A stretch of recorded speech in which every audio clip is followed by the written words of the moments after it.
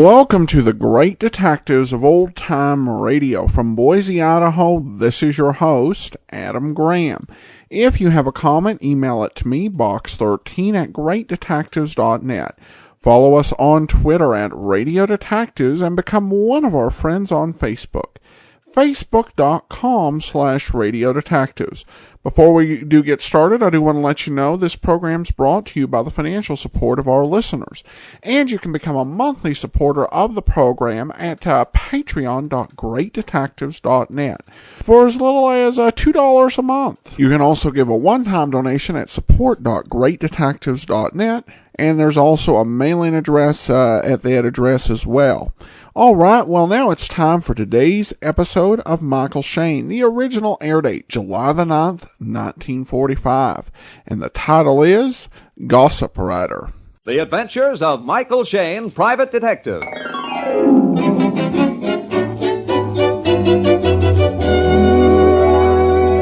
The people who make 76 gasoline and Triton Motor Oil, Union Oil Company, present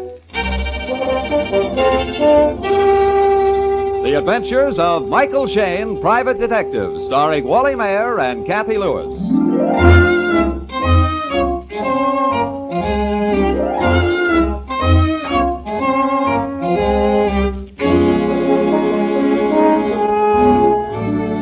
It's one of those drowsy summer afternoons.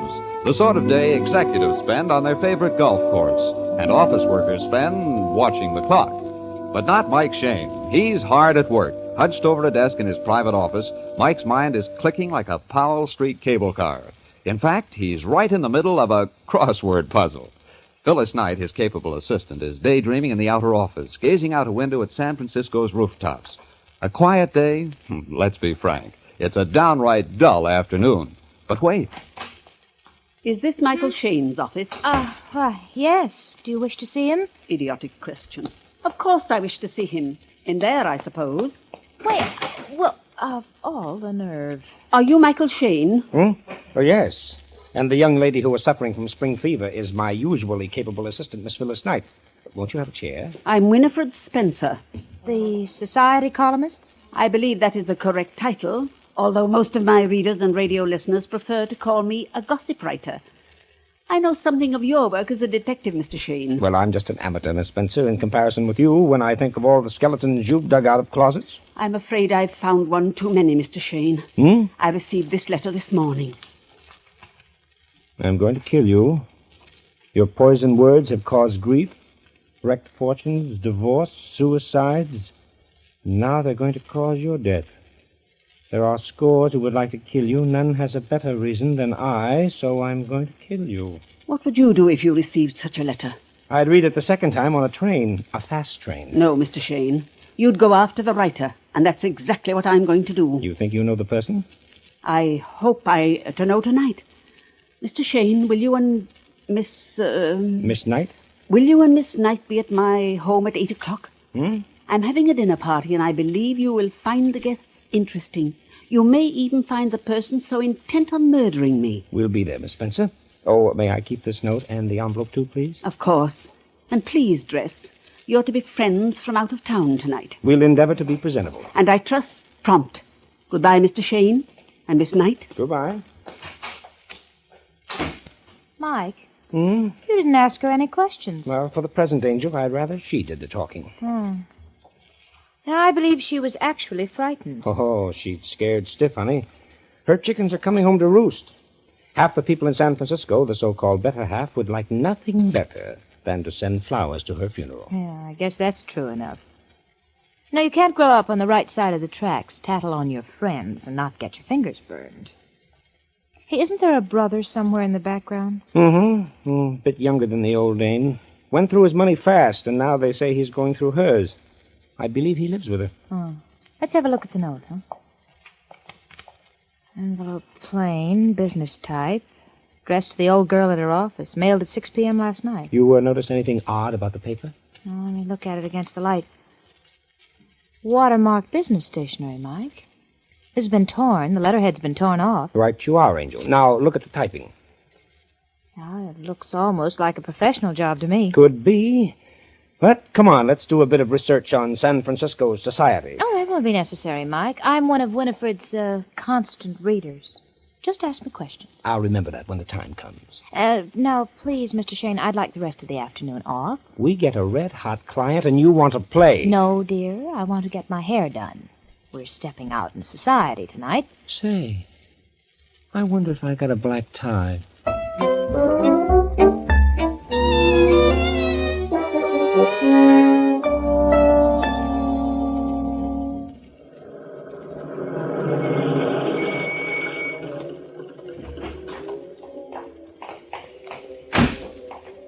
It's an old mansion. Look at the iron deer on the lawn, Mike, and the bay window in front. Not as big as the Palace Hotel, but older. Anybody with iron deer on the lawn is just inviting murder. Yeah.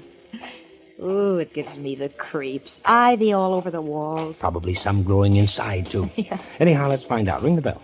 You mean lift the knocker. Oh.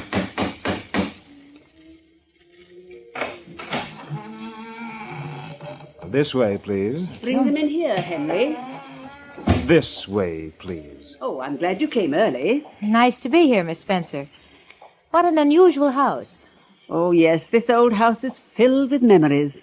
The Spencers have lived here since 1850. Say, that's a fine old square rigger model on the mantelpiece there. My grandfather sailed the original round the Horn.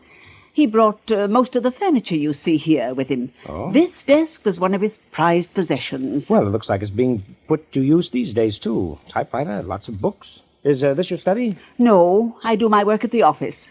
My brother Seward spends quite a bit of time in here. Seward likes to think of himself as a writer. Is your brother here tonight, Miss Spencer? Yes, with his latest conquest, a Miss Melody. You'll meet them at dinner. Oh. We'd better be getting back to the dining room. It's time for the guests. I think there's somebody behind that curtain. Huh? Of course there is. The curtains hide a service entrance. Come in, Henry. Pardon me, Miss Spencer. Oh. May I announce dinner? Yes, Henry, we're ready. Oh?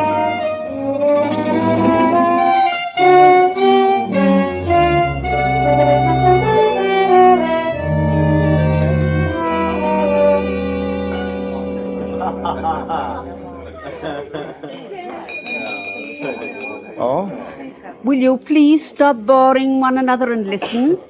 I've a surprise for you. This is my broadcast night, and it's almost time for me to go on the air. You're going to do your broadcast right here? No, I recorded it this afternoon. But we're going to listen to it on the radio. I thought it would be interesting to have the people I'm going to talk about as my guests. That's why most of you are here tonight. I'm sure you'll find what I have to say interesting. Mr. Davis, Hugh, please step into the drawing room and turn on the radio. I don't want anyone to miss a word of this broadcast. You might have spared us this, Winifred. I'm through protecting you, Steward. Well, I'm not going to sit here and be made a fool of by my own sister. You'll remain right where you are. What's the station, Winifred? Now, for heaven's sakes, how do you turn this antique on? Oh, bother, I'll come and do it. I believe he was afraid to turn it on. What's this all about, Mike? It looks like she's going to tittle-tattle on Seward and her guests. Oh. Hey, Mike, look at Seward. He's ready to explode. He's not by himself, honey. Most of the guests seem to have high blood pressure. Yeah. Oh, I don't know. There's Mr. Davis. He's standing there by the door laughing. Huh? Oh, it looks like the joke's on Winifred. I don't believe the radio's going to work. Well, what seems to be wrong with the radio? Well, that's what Winifred's trying to find out. She should have bought a new one years ago. Are you sure it's plugged in, Winifred? Well, I guess we're going to have to listen to her. And now, your society reporter, Winifred Spencer. Good evening. This is Winifred. Have I been gathering tidbits about people you know? The first item tonight concerns an immediate member of your reporter's family, my brother Seward.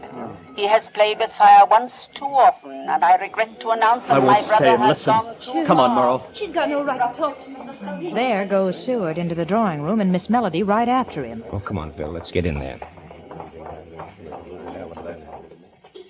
Hey, what goes on here? It's Winifred. She's dead. She's dead. A knife in her back? She's dead, all right. We'll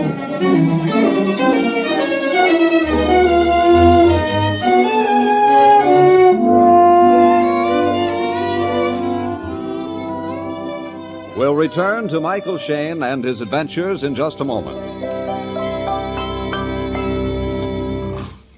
Friends, if your automobile engine has a habit of giving a death rattle when you step on the accelerator, the fault may lie with the motor oil you use. You see, most rattling and pinging in an engine is due to excess carbon.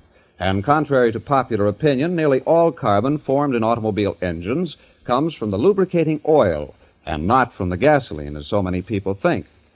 Now, no two motor oils form the same amount of carbon. That's why we say your carbon troubles may be due to the brand of lubricating oil you buy. Because, and this is a proved laboratory fact, Triton motor oil forms less carbon than any of the 7 leading motor oils sold in the West. Yes, that's right. Triton cuts down carbon. The secret of Triton's superiority lies in Union Oil Company's exclusive propane solvent refining process. That means all harmful asphalts, waxes, and sulfur have been removed, leaving a pure 100% paraffin-based lubricating oil. An oil that will furnish hundreds of miles of safe, dependable lubrication. So, friends, with parts and mechanics as scarce as they are today, why not take advantage of the unusual protection you can get from Triton motor oil? You can buy Triton at all Union Oil Minuteman stations. Just look for the sign of the big orange and blue 76. Thank you.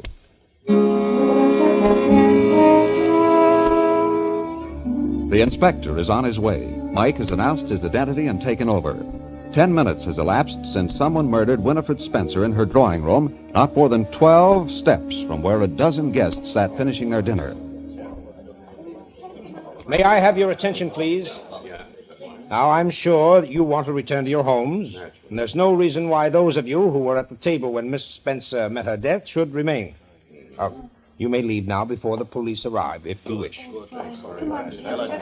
Hey, the inspector isn't going to like this, Mike. Hmm? You said yourself that there were 10 people here who had reason to murder Miss Spencer. I said there were at least 10 people who would love to murder her.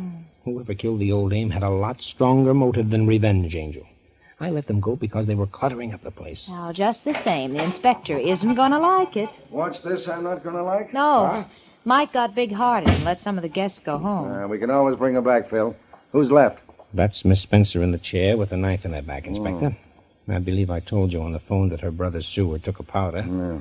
The lady on the sofa is his, I'm Merle Melody, and I'm sticking around a little, 'cause Seward will be back. He just lost his temper and couldn't face the guests. Lost his temper, huh? Oh, tut-tut. And the gray-haired gentleman who looks like a banker is a banker. Family friend named Hugh Davis. He's coming over to say hello. Glad you're here, Inspector. I'm Hugh Davis.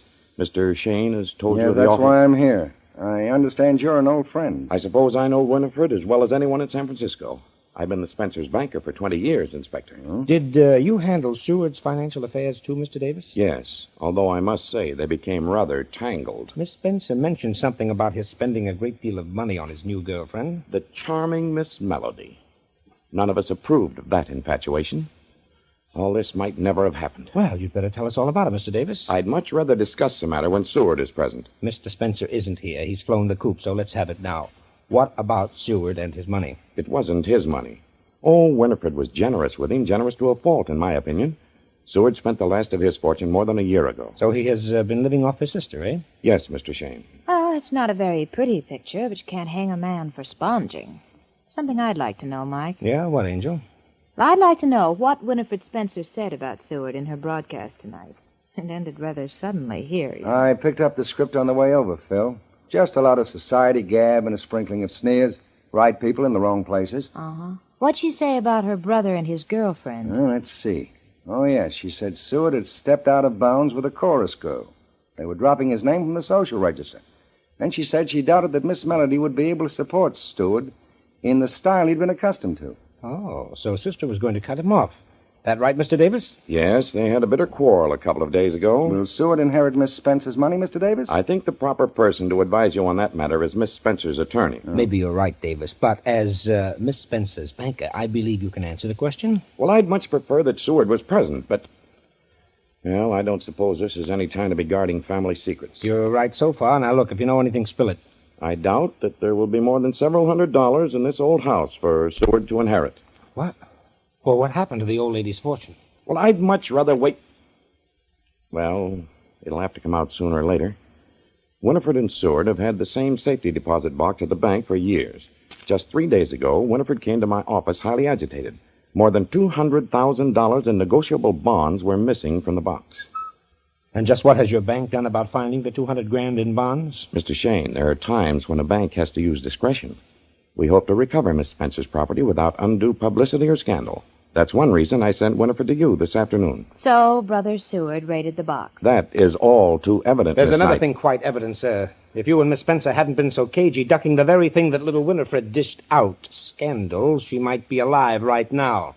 We thought we were doing the right thing. Well, that's water under the bridge. Mike, do you notice anything missing from the room? Well, sure, Ranger, the body. The police doctor just left a few minutes ago. No, not that body. Merle Melody. Huh? Holy smoke, she has gone. We better search, Mike, where the murderer's still on the loose. There's only one way she could have gone, through here. The door's open. Try that room, Inspector. I'll try this one. Right.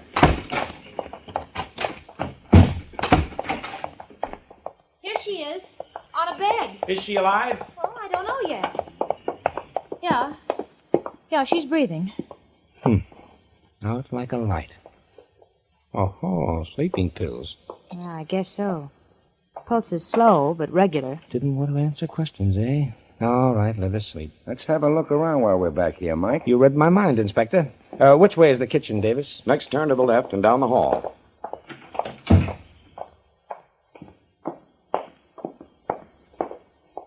Here it is. It's as big as a barn. And just as empty. The sergeant came back here when he searched the house. He probably sent the servants to their quarters. What's that? What have you picked up, Sergeant? I just nabbed the butler. Let me go in the back door. Bring him into the light. Wow.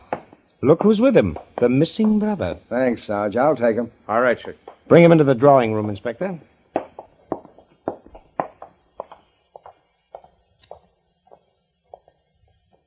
Here we are. All right, talk. Where have you been all evening, Mr. Spencer? What are police doing all around the house? Where's Winifred?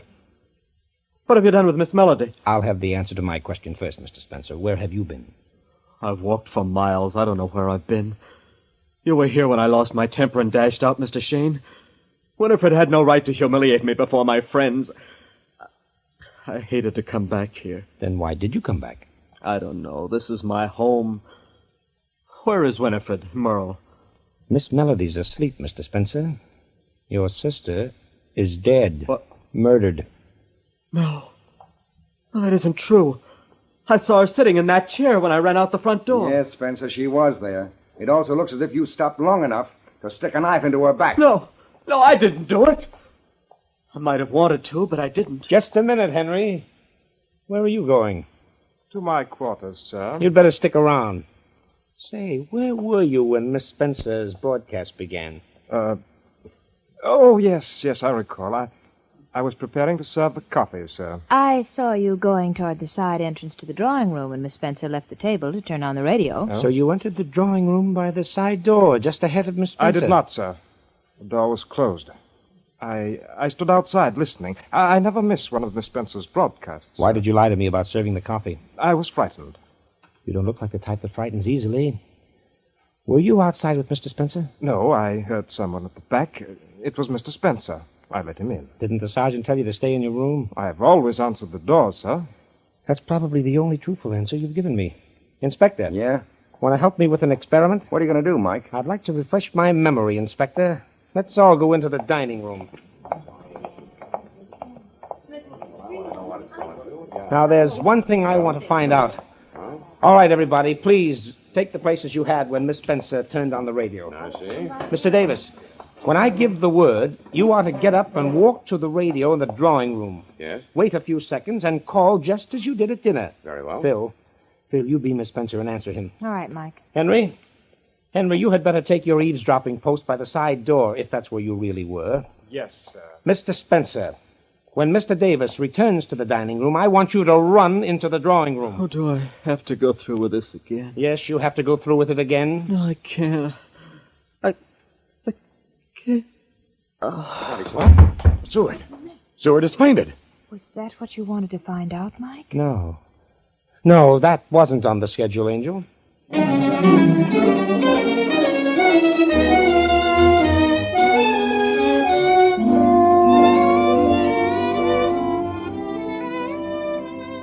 We'll rejoin Mike and Phyllis in just a moment.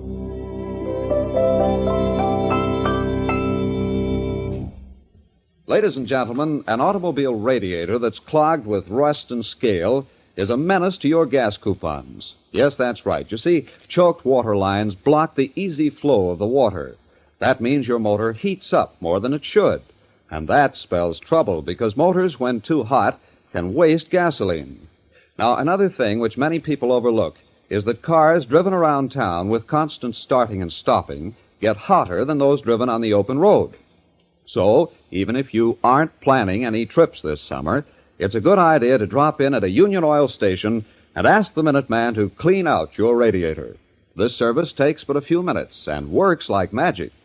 Union Radiator Flush is harmless to metal, but its special solvent action cuts scale, rust, and grease right out of choked radiator cores and water lines. Then, when this foreign matter is cleaned out and the Minuteman fills your radiator with fresh, clean water, you can be sure it will really circulate with a fast, steady flow. So, for cooler driving, economical mileage, just drive in wherever you see the sign of the big orange and blue 76 and ask for Union Oil Radiator Service. Thank you.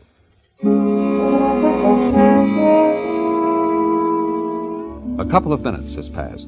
Seward has been placed on a leather couch. Mike, Phil, and the others are gathered around the couch. A rather cruel thing to do, Mr. Shayne. Pretending to make Seward go through with all that nonsense. It wasn't nonsense, Mr. Davis. Here, loosen his collar. Henry, is there any brandy in here? I'll fetch it, Mr. Davis. It's in the pantry. Oh, wait a minute. He's coming, too. No, I can't. I can't. What? Oh, I fainted. Yes, you fainted, all right. Now maybe you'll tell us why you killed your sister. What you did with those bonds. I didn't kill Winifred. I tell you I didn't. And I don't own any bonds. My glasses. I've lost my glasses. Mr. Shayne, you've tried your methods. May I try mine? What are your methods, Mr. Davis? I'd like to talk with Seward for a few minutes, alone.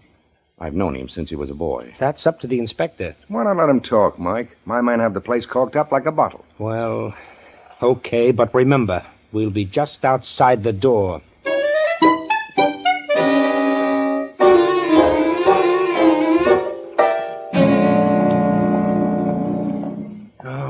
Like this, Inspector. But, Mike, all we got on Spencer is circumstantial evidence. The fact he was the last one with his sister. Don't forget the $200,000 in bonds. I'm not, Phil, but with this kind of evidence, I need a confession. We'll get it, Inspector, from one of the three. Three? Yeah, sure. Seward, the butler, and Davis. Davis has a pretty fair alibi, Mike. You told me yourself he was back at the table seated before Winifred Spencer turned on the radio. Yeah, that's right, Mike. He was sitting on my left. Yes. He was in the dining room, but he's still on my list. Now, let me see. I know it. What are you muttering about, Mike? 10 steps, 12, maybe 14 seconds. That's it. Why didn't I think of it before? Come on, let's go. It's in the bag, Inspector. Maybe you got it locked up, Mike, but I... Oh, there you are, Inspector. It didn't take long. Well, Davis, the conference over? What's that you've got in your hand, Mr. Spencer? Well, you thought I should sign it. The bonds... I'll explain. Seward wanted to make a statement after we'd talked a bit. All right, what about? Seward and I talked things over, and I typed a statement which he dictated to me. Yes, I wanted to clear up any... Let me see that paper. Did you read this before you signed it, Mr. Spencer? Well, I can't read without my glasses. Hugh read it to me. I thought so. Mr. Spencer, this is a signed confession to the murder of your sister. So you did get it, Davis. He tricked me. He told me to say Winifred took the bonds. I didn't kill her. Grab him, Inspector. No, not Seward. Hugh Davis. Come here. What's the matter with you? Hold him. Let me search him, Inspector. Well, here's a pair of glasses. This is outrageous. Those are my glasses. Like to try them on for size? You couldn't get them on with a pair of pliers. They're Seward's glasses. You picked them up when you helped carry them in here. You're crazy. Davis, you killed Winifred Spencer when you found out you couldn't hoodwink her any longer about the theft of those bonds, the bonds you stole. Are you out of your mind, Shayne? I was standing where you could touch me when Winifred was killed. You killed Miss Spencer. You tried to hang the murder and the theft of $200,000 in bonds on young Spencer. You stole his glasses, persuaded him to sign a confession he couldn't even read. You'll find such absurd surmises difficult to prove, Mr. Shayne.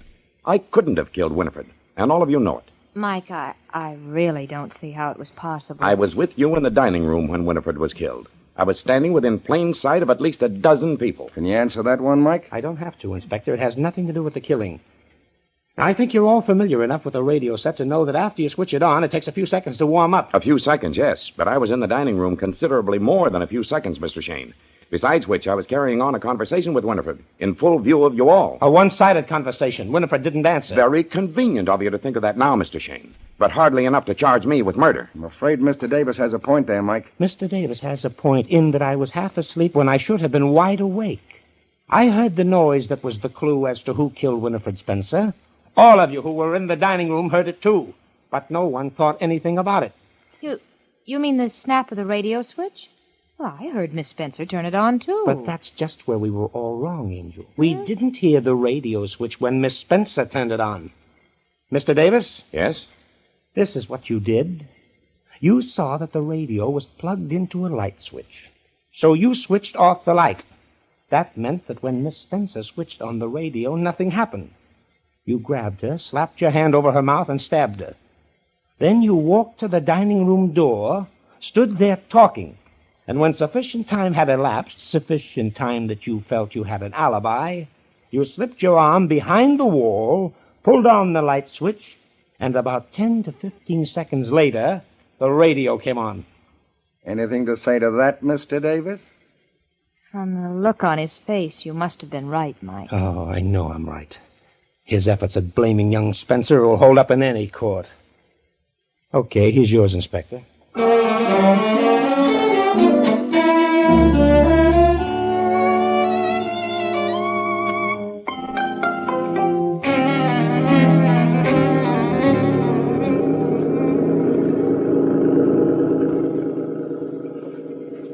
Am I being kidnapped?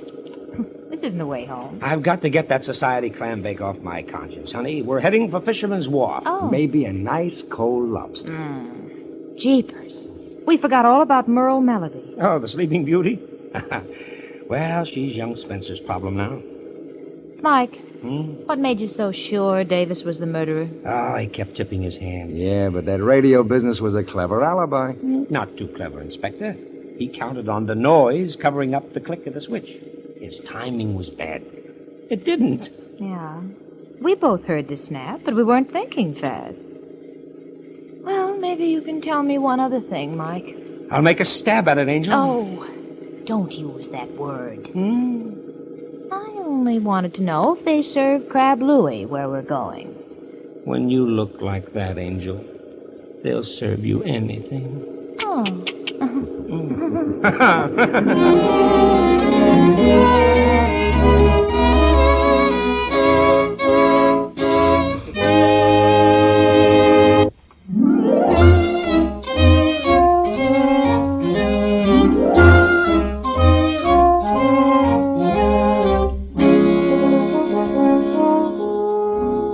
Tune in again next week at 8 o'clock for another adventure with Michael Shayne, Private Detective, starring Wally Maher and Kathy Lewis, with Joe Forte as the inspector. Tonight's story was written by Tom Petty and based on the character created by Britt Halliday.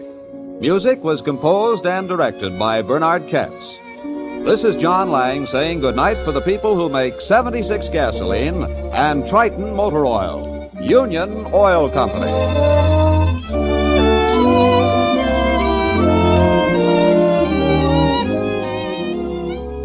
This is Michael Shayne with a message from Director of Fleet Maintenance, Admiral V.D. Chaplin, United States Navy. It reads, quote, "To all welders, riggers, electricians, coppersmiths, and other skilled shipyard repairmen.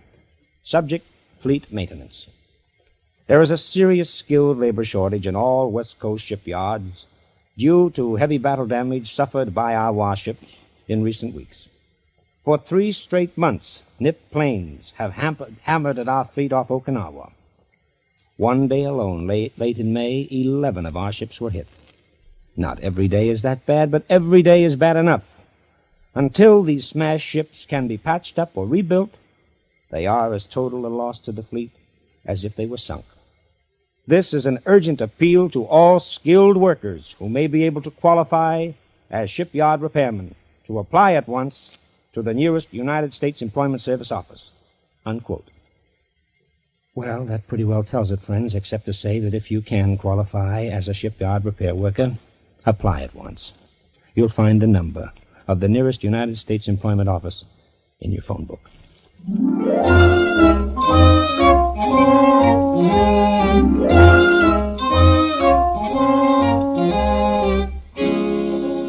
This is the Mutual Don Lee Broadcasting System.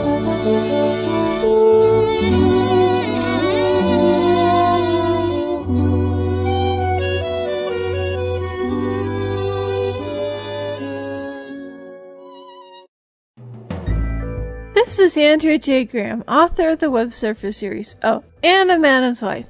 You're listening to the Great Detectives of Old Time Radio.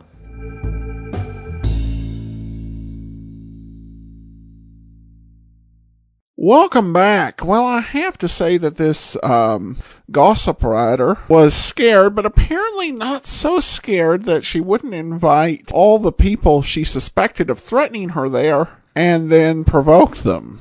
It was also kind of interesting to have Michael Shayne come out at the end, Wally Maher staying in character to read this notice about their the need for people to work at ship repair. And I have to admit, that is a new one, because I've heard about need for merchant marines during World War II, but not so much for repairing the ship. So that definitely does make sense that that would be a need. All right, well, that will actually do it for today. Join us back here tomorrow for The Avenger as it becomes the latest addition to our lineup. In the meantime, send your comments to box13@greatdetectives.net. Follow us on Twitter @Radio Detectives and become one of our friends on Facebook. Facebook.com/Radio Detectives. From Boise, Idaho, this is your host, Adam Graham, signing off.